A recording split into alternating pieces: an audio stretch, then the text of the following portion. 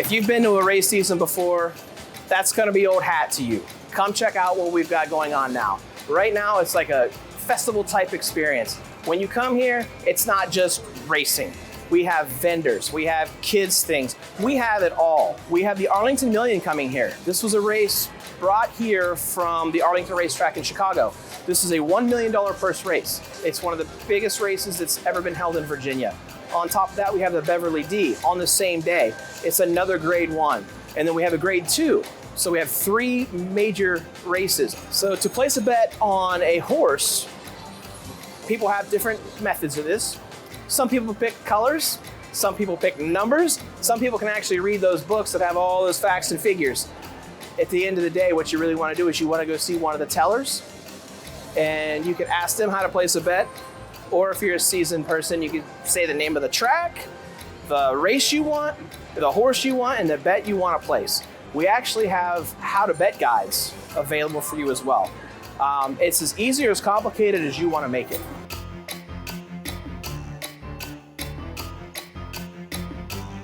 You know, most people who come out are looking for just an enjoyable day at the races. So you can just bet your typical $2 to win on a horse, pick your favorite number, pick your favorite color, you know, win, place, show. Those are the kind of bets that everybody knows.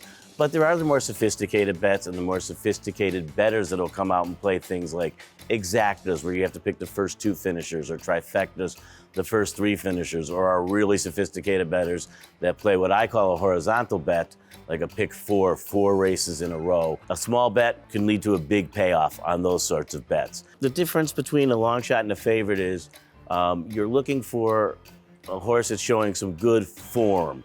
Horses winning or showing that they are sitting on a win. Maybe they've run 2nd or 3rd in each of their last 2 races, and they look like they're improving on the program, on the Brisnet papers. A long shot's going to be a horse that has run far back in his last few races, or is racing against much tougher competition than he raced against the last time.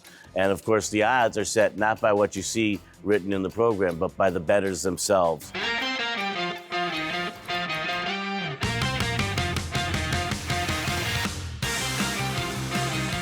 We have simulcasting.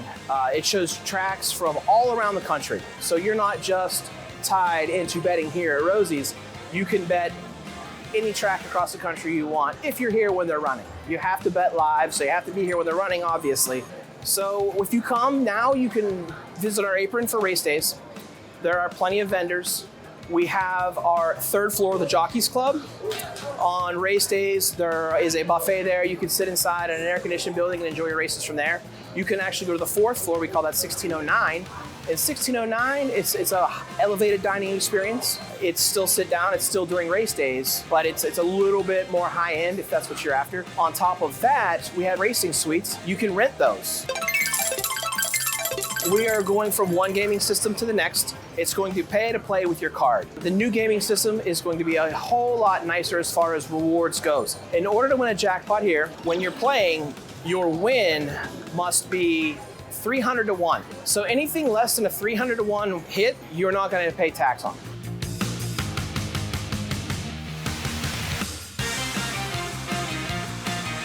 We're really excited about what's going on here at Colonial Downs this summer. We've gone back to a more weekend-friendly schedule, Thursday, Friday, Saturday. You can bring your family out, not only just a day at the races, but full entertainment. Thursday, Friday, Saturday, particularly Saturday, there's an awful lot going on here. And then there's your day in and day out races, which make up the bread and butter of your day. But the graded stakes are what get the eyes of the country, eyes of the world on your races. We certainly expect that. We also have some great graded races on closing day, September 9th. We have the Virginia Derby, which is a grade 3, and we have the Virginia Oaks. While not graded, it's still a very, very good race. They're not only of national significance, they're of international significance. We expect horses from around the world to compete in those races.